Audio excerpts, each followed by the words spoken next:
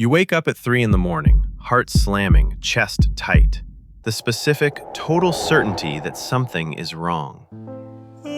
Except nothing is wrong. The doors are locked, the bills are paid, nobody is coming. By every measurable standard a human being can check at 3 in the morning, you are safe. So why does your body refuse to believe it? Here's a possibility nobody has ever offered you. That fear might not be yours. It might belong to a woman who died before you were born, your grandmother, your great-grandmother, someone who lived through a war or a famine, or a kind of terror you've only ever read about in a textbook with the pages slightly yellowed. She survived it. That's the only reason you're here. But survival leaves a residue, and that residue got written into her body, and her body wrote it into your mother, and your mother handed it to you at birth, pre-installed. No receipt, no instructions, no way to return it.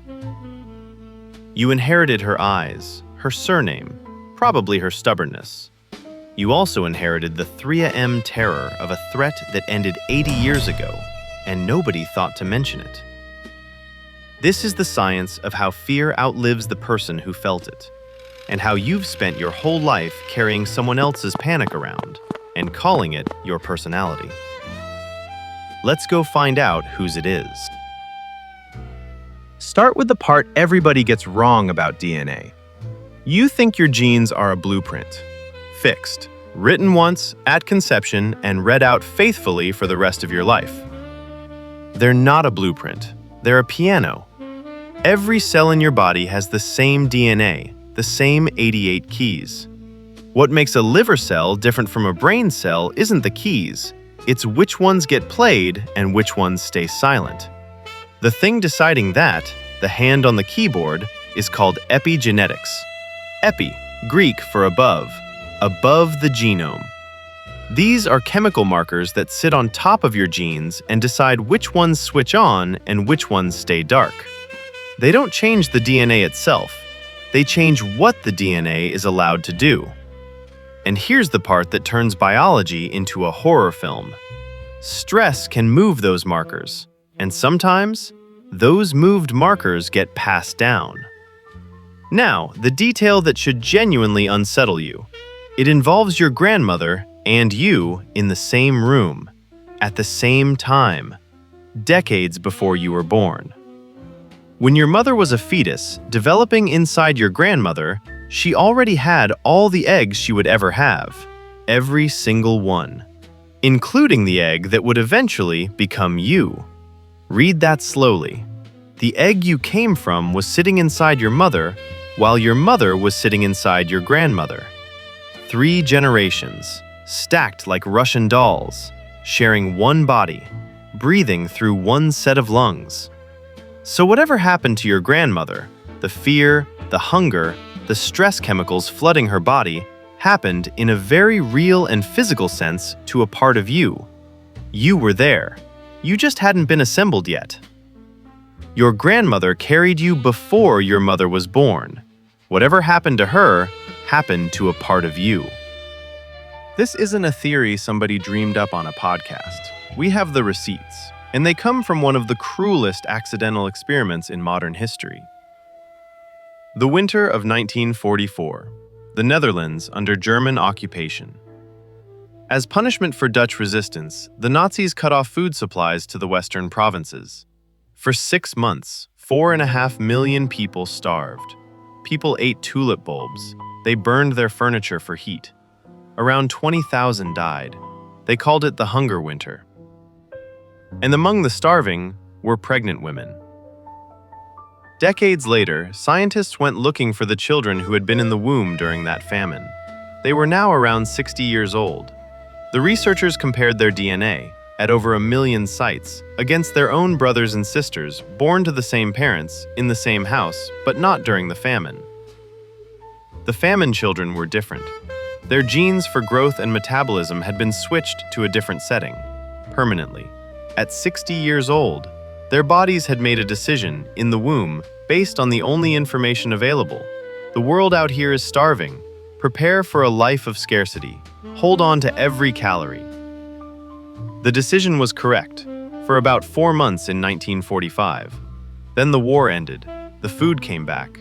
The Netherlands became one of the richest, most comfortable countries on the planet. And these people's bodies never got the memo. Higher rates of obesity, diabetes, heart disease.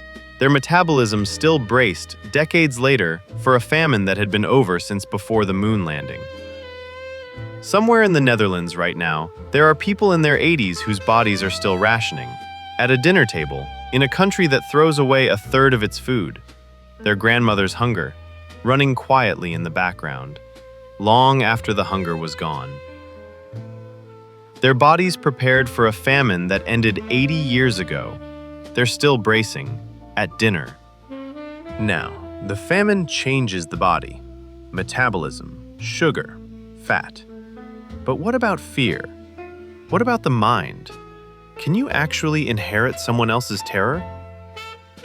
This is where the science gets younger and more argued over, and I have to be honest with you here, because this is the rabbit hole and not a wellness account, not fully settled. But the evidence that exists is hard to look away from. Rachel Yehuda at Mount Sinai in New York studied the children of Holocaust survivors. She found altered stress hormone levels. Changes in a gene called FKBP5, one of the master switches for how your body handles fear. The descendants showed higher rates of anxiety, of PTSD, of depression. Not because they'd heard the stories. The changes were biological. Now, scientists still argue about that study. Human lives are messy. You can't separate the biology from the bedtime stories, the silences at the dinner table, the grandfather who never spoke about the camp but flinched at every loud noise. So Yehuda's work is suggestive, not proven. I'm telling you that on purpose, because the people selling you a course usually won't. But then there are the mice, and the mice don't lie, because mice don't have bedtime stories. 2013, Emory University, Brian Diaz and Carrie Ressler. They took male mice and taught them to fear a very specific smell, acetophenone. Smells like cherries. Every time the mice smelled cherries, a small electric shock. Soon, the smell alone was enough. The mice froze in terror at cherries. Standard stuff, Pavlov, nothing new. Here's the new part. Those mice had pups. The pups were raised completely separately, never shocked, never trained, never near their fathers. The pups were terrified of cherries. Not anxious in general, not jumpy about everything. Afraid of that one specific smell, the one their father had learned to fear before they were even conceived. And then their pups, the grandchildren, were afraid of it too. When the scientists looked at the father's sperm, they found it. A chemical change on the exact gene that detects that exact smell. The fear hadn't been taught. It had been shipped. In the DNA packaging. Father to son to grandson. The grandchildren were afraid of cherries. Nothing bad had ever happened to them around cherries. Something bad had happened to their grandfather, who they never met. Sound familiar? The mice feared cherries. Nothing bad ever happened to them. Something bad happened to their grandfather. So let's bring it home, to your apartment, to your nervous system, to 3 in the morning. You don't know what your great-grandparents lived through. Most people don't. The generation that survived the real horrors, the wars, the famines, the pogroms, the boats, was, almost without exception, a generation that did not talk about it. They buried it. They got to work. They built the comfortable world you're anxious inside of. But they didn't bury it cleanly. I see you, refusing to spend money you actually have, flinching at the checkout. Some quiet voice insisting that comfort is temporary, that the good times are a trap, that you should be saving for a disaster you can't name. That's not you being responsible. That might be a body 3 generations deep still rationing for a winter that ended in 1945. I see you, safe, successful, loved, and unable to relax. constantly scanning the room, reading the threat in every silence, every delayed reply, every change in someone's tone.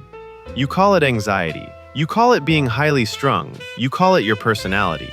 It might be a security system, installed by someone who genuinely needed it, still running, long after the threat it was built for turned to dust. Here's the cruel elegance of it. The fear feels like yours because it's the only nervous system you've ever had. You have no baseline to compare it to. You can't feel the difference between a real alarm and an inherited one because they pull the exact same trigger in the exact same body at the exact same hour of the night. The grandfather feared the cherries. You fear the 3 a.m. ceiling. Same experiment, different cage, 80 years apart. The fear isn't a flaw. It's a message from someone who survived so that you could exist. The message just expired, and nobody told your body. That reframe matters more than it sounds, because the fear was never a defect. It was the most loyal gift your bloodline could give you, a head start on every danger they'd already paid for. The problem isn't that the alarm is broken. The problem is that it's working perfectly for a world that no longer exists. Now, the part that separates this from a horror film. DNA, you cannot change. You're stuck with the nose, the height, the predisposition. Epigenetics is different. The markers, the hand on the piano, are not permanent. That's the whole point. They were put there by environment, by stress, by circumstance, which means they can be moved by environment, by safety, by circumstance. The same mechanism that wrote the fear in can slowly write it back out. Not through a weekend retreat, not through a single revelation at 3 in the morning, through the unglamorous, repetitive work of teaching a nervous system over years that the famine is over, that the war ended, that this time the safety is real. Therapy does it. Stable relationships do it. A long stretch of genuine, boring safety does it. The program is old, but it's editable. Here's the only instruction this video can honestly give you. The next time you wake at 3 a.m. with your heart trying to leave your body, before you reach for a reason, before you build a story about what's wrong, ask one question. Is this mine? Is this a real alarm happening now, to me, in this room? Or is this an old recording, a fear that did its job a long time ago for someone whose name I might not even know, who was brave enough or lucky enough to make it through, so that I could lie here, safe in the dark, inheriting the only thing they had left to give? You're not broken. You're carrying someone. The least you can do is find out who, and then, gently, let them rest. The Rabbit Hole.